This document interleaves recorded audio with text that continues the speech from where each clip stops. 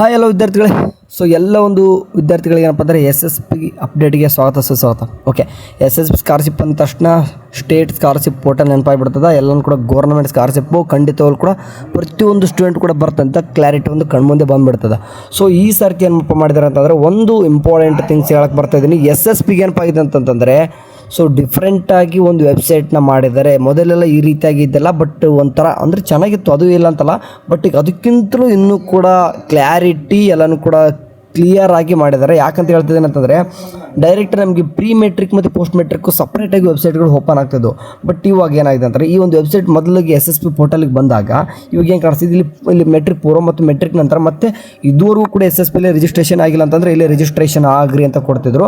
So ಹಂಗಾಗಿ ಇವಾಗ like ನಮಗೆ ನಮ್ಮ ಒಂದು ಚಾನಲ್ ನೋಡೋರು ಯಾರು ಜಾಸ್ತಿ 10ನೇ ಕ್ಲಾಸ್ ಮುಗಿಸಿದವರೇ ಜಾಸ್ತಿ ಇದ್ದಾರೆ. ಲೈಕ್ ನೀವು PUC ಓದ್ತಿದ್ರು ಅಥವಾ ಡಿಗ್ರಿ ಓದ್ತಿದ್ರು ಅಥವಾ ಪ್ರೊಫೆಷನಲ್ ಕೋರ್ಸಸ್ ಓದ್ತಾ ಇರ್ಬೋದು. ಸೊ ಎಲ್ಲ ಒಂದು ಸ್ಟೂಡೆಂಟ್ ಏನಪ್ಪ ಅಂದರೆ ಇಲ್ಲಿ ಜಸ್ಟ್ ಲಾಗಿನ್ ಆಗ್ಲಿಕ್ಕೆ ಬರ್ತಿದ್ರ. ಸೊ ಹಂಗಾಗಿ ಜಸ್ಟ್ ಲಾಗಿನ್ ಆಗಿ ಏನಪ್ಪ ಅಂದರೆ ನಿಮಗೆ ಮೆಟ್ರಿಕ್ ನಂತರದ ವಿದ್ಯಾರ್ಥಿ ವೇತನ ಅಂತಂದರೆ ಪೋಸ್ಟ್ ಮೆಟ್ರಿಕ್ದು ಸ್ಕಾಲರ್ಶಿಪ್ ಬರ್ತಕ್ಕಂಥ ಒಂದು ವೆಬ್ಸೈಟ್ ಓಪನ್ ಆಗ್ತದೆ. ಸೊ ತೋರಿಸ್ತೇನೆ ನಿಮಗೆ. ಓಕೆ, ಇಲ್ಲಿ ಏನು ಕಾಣಿಸ್ತಿದೆ, ಈಗ ಓಪನ್ ಆಗಿದೆ ನೋಡಿ. ಇದು SSP ಸ್ಕಾಲರ್ಶಿಪ್ ರಿಲೇಟೆಡ್ ಆಗಿರುತ್ತೆ, ಓಪನ್ ಆಗಿರ್ತಕ್ಕಂಥ ವೆಬ್ಸೈಟ್ ಇದು. ಸೊ ಇದು ನಿಮಗೆ ಪೋಸ್ಟ್ ಮೆಟ್ರಿಕ್. ಈಗ ಸದ್ಯಕ್ಕೆ ಮೊದಲಲ್ಲಿ ಯಾವ ರೀತಿ ಓಪನ್ ಆಗ್ತಿತ್ತು, ಡೈರೆಕ್ಟಾಗಿ ನಾವು ಈಗ ಪೋಸ್ಟ್ ಮೆಟ್ರಿಕ್ ಏನಕ್ಕಂತೂ ಕ್ಲಿಕ್ ಮಾಡ್ಕೊಂಡ ತಕ್ಷಣ ಸ್ಟೂಡೆಂಟ್ ಲಾಗಿನ್ ಓಪನ್ ಆಗಿಬಿಡ್ತಿತ್ತು. ಸೊ ಫಾರ್ ಎಕ್ಸಾಂಪಲ್ ನಾನು ಸ್ಟೂಡೆಂಟ್ ಲಾಗಿನ್ ಮೇಲೆ ಕ್ಲಿಕ್ ಮಾಡ್ಕೊತೀನಿ ನೋಡಿ, ಲೈಕ್ ಇದು ಓಪನ್ ಆಗ್ತದೆ, ಈ ರೀತಿ ಓಪನ್ ಆಗಿಬಿಡ್ತದೆ. ಬಟ್ ಈ ಸರ್ತಿ ಸ್ಟೂಡೆಂಟ್ ಲಾಗಿನ್ ಜೊತೆಗೆ ಡಿಪಾರ್ಟ್ಮೆಂಟ್ ಲಾಗಿನ್ ಅಂತ ಕೊಟ್ಟರೆ, ಆ್ಯಂಡ್ ಎಂಪ್ಲಾಯ್ಮೆಂಟ್ ಆಫೀಸರ್ ಲಾಗಿನ್ ಅಂತ ಕೊಟ್ಟರೆ, and college information system login ಅಂತ ಸಪ್ರೇಟಾಗಿ 4 ಲಾಗಿನ್ ಅಂತ ಕೊಟ್ಟರೆ ಗುಡ್ ಇನಿಷಿಯೇಟೆಡ್. ಯಾಕಂತಂದರೆ ಇಷ್ಟು ಲಾಗಿನ್ ಸಪ್ರೇಟ್ ಕೊಟ್ಟಾಗ ಯಾವುದೇ ರೀತಿ ಮೋಸ ಆಗಲ್ಲ ಅಂತ ನಾವು ಅಂದ್ಕೊಂಡಿದ್ದೀವಿ, ಆಗೋದು ಇಲ್ಲ. ಸೊ ಇವರು ಕೂಡ SSPಲಿ ಯಾವುದೇ ರೀತಿಯಾಗಿ ಇನ್ ಕೇಸ್ ನಿಮಗೆ ಸ್ಕಾಲರ್ಶಿಪ್ಪಲ್ಲಿ ಮೆನ್ಷನ್ ಆಗಿ ಅಮೌಂಟ್ ಬಂದಿತ್ತು ಅಂತಂದರೆ ಎಲ್ಲ ಹುಡುಗರು ಸ್ವಲ್ಪ ತಡವಾಗಿ ಬಂದರೂ ಸಹಿತ ಎಲ್ಲರೂ ಕೂಡ ಬಂದೇ ಬರ್ತಾಯಿತ್ತು. ಕೆಲವೊಂದು ಸ್ಟೂಡೆಂಟ್ 1 ಮಂತಲ್ಲಿ ಬರ್ಬೋದು, ಕೆಲವೊಂದು ಸ್ಟೂಡೆಂಟ್ಗೆ 6 ತಿಂಗಳು ಬರ್ಬೋದು, ಕೆಲವೊಂದು ಸ್ಟೂಡೆಂಟ್ಗೆ 1 ಇಯರ್ ಹತ್ರ ಆಗ್ಬೋದು. ಬಟ್ ಖಂಡಿತ ಸ್ಕಾಲರ್ಶಿಪ್ ಮಾತ್ರ ಬರ್ತದೆ, ಅದು SSP ಮಾತ್ರ ಫಿಕ್ಸ್ ಗೌರ್ಮೆಂಟ್ದು ಬಂದೇ ಬರ್ತದೆ. ಸೊ ಹಂಗಾಗಿ ನಾನು ನಿಮಗೆ ಇದರಲ್ಲಿ ವೆಬ್ಸೈಟ್ ಬಗ್ಗೆ ಜಸ್ಟ್ ಮಾಹಿತಿ ಶೇರ್ ಮಾಡ್ತೀನಿ. ಯಾಕಂದರೆ ಈ 1 ವೀಕಲ್ಲಿ ಸ್ಟಾರ್ಟ್ ಆಗಿರೋ ಕಾರಣ ಸ್ವಲ್ಪ ಸ್ಟಾರ್ಟಿಂಗ್ ಸ್ವಲ್ಪ ಸರ್ವರ್ ಅಷ್ಟು ಸ್ಪೀಡ್ ಇಲ್ಲ, ಬರ್ತಾ ಇನ್ನೂ ಕೂಡ ಸ್ಪೀಡ್ ಆಗುತ್ತೆ. ಅಂದರೆ ಜಸ್ಟ್ ಈಗ 1 ವೀಕ್ ಆಯಿತು, ಸ್ವಲ್ಪ ಡಿಫ್ರೆಂಟ್ ಆಗಿ ಮಾಡಿಬಿಟ್ಟು. ಓಕೆ, ನಿಮ್ಗೆ ಇಲ್ಲಿ ನೀವು ಅಂತ ಕಾಣಿಸೋದು ನೋಡಿಬಿಟ್ಟು ಯಾರು ಕೂಡ ನೀವು ಹೊಸದಾಗಿದೆ ಅಂತ ಯಾರು ಕೂಡ ಹಂಗಿತ ತಲೆ ಹಿಡ್ಕೋಬೇಡಿ. ಯಾಕಂದರೆ ನೀವು ಇರೋದು ಈಗ 1 ವರ್ಷದ 2 ವರ್ಷದ ಕೂಡ ಇರ್ತವೆ. ನಿಮ್ಗೆ ಲಾಸ್ಟ್ ಡೇಟ್ ಬಗ್ಗೆ ಅಪ್ಡೇಟ್ ಬೇಕಂತಂದರೆ ಇಲ್ಲಿ ಕಾಣಿಸ್ತೀನಿ, last date for application submission click here ಅಂತ ಕ್ಲಿಕ್ ಮಾಡ್ಕೊಂಡ್ರೆ ನಿಮಗೆ ಸದ್ಯಕ್ಕೆ ಲಾಸ್ಟ್ ಡೇಟ್ಗಳು ಯಾವ್ಯಾವ ಅಂದರೆ 4 ಡಿಪಾರ್ಟ್ಮೆಂಟ್ಗಳದ್ದು ಇಲ್ಲಿ ಕೊಟ್ಟರೆ. ಲೈಕ್ ಫಸ್ಟ್ನೇ ನೋಡಿ, ಹಿಂದುಳಿದ ಕಲ್ಯಾಣ ಇಲಾಖೆ ಮೆಟ್ರಿಕ್ ನಂತರದ ವಿದ್ಯಾರ್ಥಿ ವೇತನಕ್ಕೆ ಅರ್ಜಿ ಸಲ್ಲಿಸಲು ಕೊನೆಯ ದಿನಾಂಕ. ನೀವು ಏನಾದರೂ ಮಾಡ್ತಾರೆ, ನೀವು PUC ಓದ್ತಾ ಇರ್ಬೋದು, ಅಥವಾ ಕಾಮನ್ ಡಿಗ್ರಿ ಮಾಡ್ತೀರಿ, ಅಥವಾ ಪ್ರೊಫೆಷನಲ್ ಡಿಗ್ರಿ ಆದರೂ ಮಾಡ್ತಾರೆ, ನಿಮಗೆ ಹಿಂದುಳಿದ ಕಲ್ಯಾಣ ಇಲಾಖೆ ಕಡೆಯಿಂದ ಅವ್ರು ಏನು ಮಾಡ್ತಾರೆ ಅಂತಂದರೆ ಪ್ರತಿ ವರ್ಷವೂ ಕೂಡ ಸ್ಕಾಲರ್ಶಿಪ್ ಅವರೇ ಕೊಡೋದು. ಇದರಲ್ಲಿ ನಿಮ್ಗೆ ಎಲ್ಲನೂ ಕೂಡ ಏನಪ್ಪ ಕನ್ಸಿಡರ್ ಆಗ್ತದೆ ಅಂತಂದ್ರೆ ಅವ್ರು ಕೂಡ ನಿಮ್ಗೆ ಗೊತ್ತಿರುವಾಗೆ ಶುಲ್ಕ ಮರುಪಾವ ಅಂತ ಕರಿತೀವಿ ನಾವು. ಗೊತ್ತಿರುವಾಗೆ ಶುಲ್ಕ ಮರುಪಾವತಿ ಅಥವಾ ಫೀ ರಿಇಂಬರ್ಸ್ಮೆಂಟ್ ಅಂತ ಕರಿತೀವಿ. ನಿಮ್ದು ಯಾವುದೋ ಒಂದು ಕೋರ್ಸ್ ಯಾವುದೋ ಫೀಸು 1 ಲಕ್ಷ ಇದೆ. ಓಕೆ, 1 ಲಕ್ಷ ಇದೆ. ಓಕೆ, ಯಾವುದೋ 1 ಲಕ್ಷ ರೂಪಾಯಿ ನೀವು ಫೀಸ್ ಕಟ್ಟಿದ್ದೀರಾ. ಬಟ್ ಗೌರ್ಮೆಂಟ್ ಕಾಲೇಜ್ ಫೀಸ್ ಎಷ್ಟಿದೆ, 50,000 ಇದೆ ಅನ್ಕೋರಿ. ಓಕೆ, 50,000 ಇದೆ ಅನ್ಕೋರಿ. ಓಕೆ, ಅದು ನಾನು ಹೇಳ್ತಾ ಎಕ್ಸಾಂಪಲ್ ಎಲ್ಲನೂ ಕೂಡ ಹಿಂಗೆ ಆಗಬೇಕಂತೇನಿಲ್ಲ, ಈ ರೀತಿ ಆಗ್ಬೋದು ಅಂತ. ಇದೇ ರೀತಿ ಆಲ್ಮೋಸ್ಟ್ ಇರ್ತದೆ ಕೂಡ.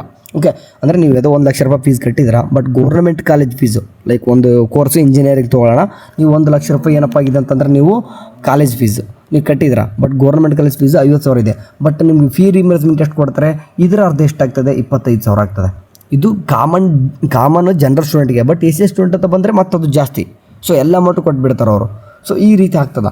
ಸೊ ಇದು ಲಾಸ್ಟ್ ಡೇಟ್ ಹೋಗಿದೆ ನೋಡಿ, ಇದೇ ಮಂತು 30ನೇ ತಾರೀಕು ಲಾಸ್ಟ್ ಡೇಟ್ ಕೊಟ್ಟವ್ರೆ, ವರಿ ಮಾಡ್ಕೋಬೇಡಿ ಹೇಳ್ತೀನಿ. ಆ್ಯಂಡ್ ಆರ್ಯ ವೈಶ್ಯ ಇಲಾಖೆ ಮೆಟ್ರಿಕ್ ನಂತರದ ವಿದ್ಯಾರ್ಥಿ ವೇತನಕ್ಕೆ ಅರ್ಜಿ ಸಲ್ಲಿಸಿಕೊಳ್ಳೋ ತನಕ ನವೆಂಬರ್ 30 ಕೂಡ ಟೈಮ್ ಇರ್ತದೆ. ಆ್ಯಂಡ್ ಕರ್ನಾಟಕ ರಾಜ್ಯ ಬ್ರಾಹ್ಮಣ ಅಭಿವೃದ್ಧಿ ಮಂಡಳಿ ಮೆಟ್ರಿಕ್ ನಂತರದ ಎಲ್ಲರೂ ಕೂಡ ಮೆಟ್ರಿಕ್ ನಂತರನೇ ಇವರು ಕೂಡ ಟೈಮ್ ಅಂದ್ಬಿಟ್ಟು 30/11/2025 ಕೂಡ ಕೊಟ್ಟವ್ರೆ. ನೆಕ್ಸ್ಟು ವಿಕಲಚೇತನರ ಕಲ್ಯಾಣ ಇಲಾಖೆ ಮೆಟ್ರಿಕ್ ನಂತರದ ವಿದ್ಯಾರ್ಥಿ ವೇತನಕ್ಕೆ ಅರ್ಜಿ ಸಲ್ಲಿಸುವ ಕೊನೆಯ ದಿನಾಂಕ ಅವ್ರದ್ದು ಈ ಡಿಸೆಂಬರ್ 30 ಅಂದರೆ ಈ ವರ್ಷಪೂರ್ತಿ ಇರ್ತವ್ರದ್ದು ಹೆಂಗಿದ್ರು ಹಂಗೆ ಕೊನೆಯ ದಿನಾಂಕ 31 ಕೂಡ ಕೊಟ್ಟಾರೆ. ಓಕೆ, ಯಾರಾದರೂ ಹ್ಯಾಂಡಿಕ್ಯಾಪ್ಟ್ ಇತ್ತಂದರೆ ನಿಮ್ಮದು ಕೂಡ ಅದೇನಾದರೂ ರಿಜಿಸ್ಟ್ರೇಷನ್ ಅಂದರೆ ಕಲ್ಯಾಣ ಇಲಾಖೆ ಅವ್ರ ಕಡೆಯಿಂದ ಕೊಡ್ತಾರೆ. ಸೊ ಹಂಗಾಗಿ ನಿಮಗೂ ಕೂಡ ಪಡ್ಕೋಬೋದು. ಮೇನ್ ಥಿಂಗ್ಸ್ ಹುಡುಗರು ಬರೋದು ಈಗ ಚಾನಲ್ ನೋಡ್ತಿರೋರು ಆಲ್ಮೋಸ್ಟ್ 99% ಎಲ್ಲ ಹುಡುಗರು ಇದರಲ್ಲಿ ಇರ್ತಾರೆ. ಯಾಕೆಂತಂದರೆ ಎಲ್ಲ ಹುಡುಗರು ಕೂಡ ಪಡೆಯೋದೇ ಇದರಲ್ಲಿ.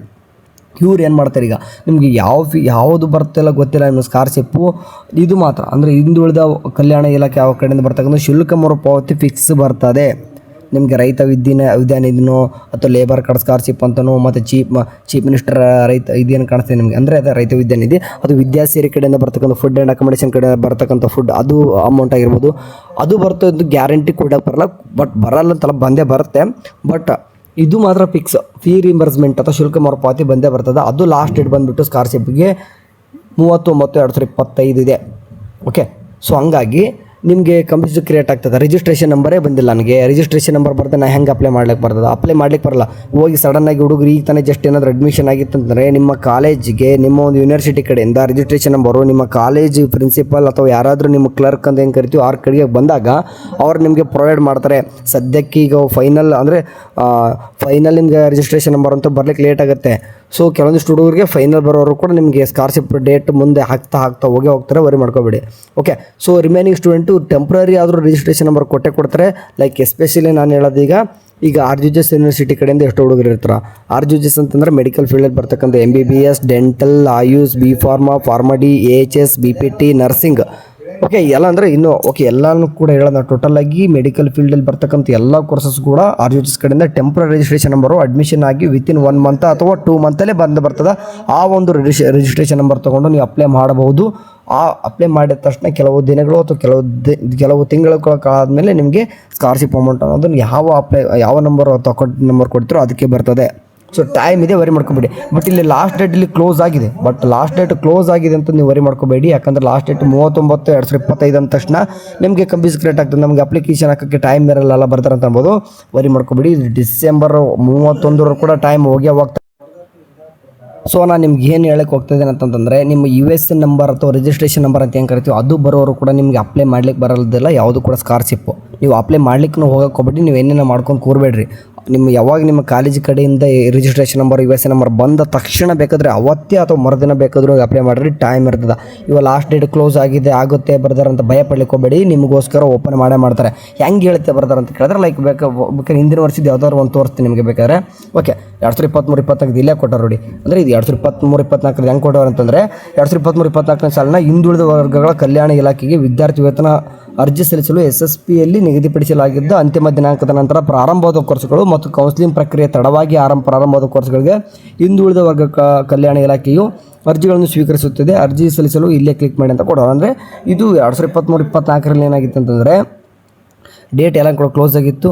ಮತ್ತು ಅವ್ರು ಏನು ಮಾಡ್ತಾರೆ, ಹೊಸದಾಗಿ ಈಗ ಕೌನ್ಸ್ಲಿಂಗಕ್ಕೆ ಅಥವಾ ಲೇಟಾಗಿ ಅಡ್ಮಿಷನ್ ಆಗೋರಿಗೆ ಏನಪ್ಪ ಅಂದರೆ ಅಪ್ಲಿಕೇಶನ್ ಕರೀಲೇಬೇಕು. ಹಂಗೆ ಕರೆತಾರೆ. ಸ್ವಲ್ಪ ಡೇಟ್ ರಿಜಿಸ್ಟ್ರೇಷನ್ ನಂಬರ್ ಬರಲೇಬೇಕಾಗ್ತದೆ. ಬರೋರು ಕೂಡ SSP ಅವ್ರಿಗೂ ಕೂಡ ಗೊತ್ತಿದೆ ಅವ್ರಿಗೆ. ಓಕೆ, ಹಂಗೆ ಸುಮ್ಮನೆ ಏನು ಮಾಡಲ್ಲ, ಡೇಟ್ ಇರ್ತದೆ. ನಾನು ನಿಮ್ಗೆ ಲೈವ್ ಡೆಮೋ ಬೇಕಾದ್ರೆ ಮಾಡಿ ತೋರಿಸ್ತೀನಿ.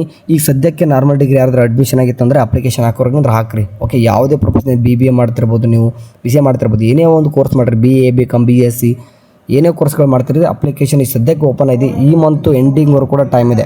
ಸೊ ಅಪ್ಲೈ ಮಾಡ್ಲಿಕ್ಕೆ ಏನೇನು ಬೇಕು ಬರ್ತಾರೆ ಡಾಕ್ಯುಮೆಂಟ್ಸ್ ಅಂತ ಕೇಳಿದ್ರೆ ಇಲ್ಲಿ ಕಾಣಿಸ್ತಿದೆ ನೋಡಿ. ಮೆಟ್ರಿಕ್ ನಂತರದ ವಿದ್ಯಾರ್ಥಿ ವೇತನಕ್ಕೆ ಇಲ್ಲಿ ಅಂದರೆ ಖಾತೆ ಮೊದಲು ಸೃಜಿಸಿ ಆಮೇಲೆ ಅಪ್ಲೈ ಮಾಡ್ತೀರಾ ಅಂತಂದರೆ ಅಂದರೆ ರಿಜಿಸ್ಟ್ರೇಷನ್ ಆಗಿ ಆಮೇಲೆ ಅಪ್ಲೈ ಮಾಡ್ತೀರಾ ಅಂದರೆ ಮೊದಲು ಏನು ಬೇಕು ನಿಮಗೆ ವಿದ್ಯಾರ್ಥಿಗಳ ಆಧಾರ್ ಸಂಖ್ಯೆ ಮತ್ತು ಆಧಾರ್ನಲ್ಲಿರುವ ಹಾಗೆ ಹೆಸರು. ಯಾಕೆ ಇಂಪಾರ್ಟೆಂಟ್ ಅಂತಂದರೆ ನಿಮಗೆ ರಿಜೆಕ್ಷನ್ ಆಗ್ತಿರ್ತವೆ ಅಪ್ಲಿಕೇಶನ್ಸು. ಸೊ ಹಂಗಾಗಿ ಇಂಪಾರ್ಟೆಂಟ್ ಇದು.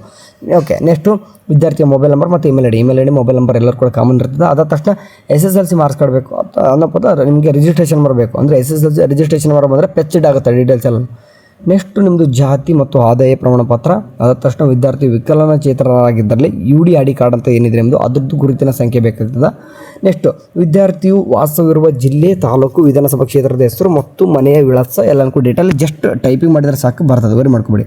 ಓಕೆ, ನೆಕ್ಸ್ಟು ವಿದ್ಯಾರ್ಥಿಯು ಕಾಲೇಜು ದಾಖಲಾತಿ ಅಥವಾ ನೋಂದಣಿ ಸಂಖ್ಯೆ ಅಂತ ಕರಿತೀವಿ. ನಿಮ್ಮ ರಿಜಿಸ್ಟ್ರೇಷನ್ ನಂಬರ್ ಇದೇ ಇಂಪಾರ್ಟೆಂಟ್. ನಾವು ಪದೇ ಹೇಳೋದು ಈ ರಿಜಿಸ್ಟ್ರೇಷನ್ ನಂಬರ್ ಬರೋದಕ್ಕೆ ನಿಮ್ಮ ಕಾಲೇಜು ಪ್ರಿನ್ಸಿಪಲ್ ಆರ್ ಯಾರು ಕ್ಲರ್ಕ್ ಅಂತ ಹೆಂಗೆ ಕರಿತೀವಿ ಅವ್ರನ್ನ ಅಪ್ರೋಚ್ ಮಾಡಿ ಅವ್ರು ಹೇಳ್ತಾರೆ ಯಾವಾಗ ಕೊಡ್ತಾರೆ ಏನಂತ.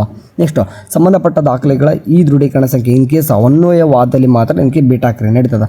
ನೆಕ್ಸ್ಟ್ ಹಾಸ್ಟೆಲ್ ವಿವರ, ಇದು ಡೇಸ್ ಕಲರ್ ಮತ್ತು ಸ್ಕಾರ್ ಅಂತ ಇರ್ತಾರೆ, ಯಾರು ಇರ್ತಾರೆ ನೋಡಿ ಅವರು ಕೂಡ ಆ ಡೀಟೇಲ್ಸ್ ಕೊಡಬೇಕಾಗ್ತದೆ. ಸೊ ಹಂಗಾಗಿ ನೀವು ಹಾಸ್ಟೆಲ್ದು ಹಾಕೋರೆಲ್ಲರೂ ಕೂಡ ಡೇಸ್ ಕಲರ್ ಅಂತ ಹಾಕಿಬಿಡ್ತೀರಾ.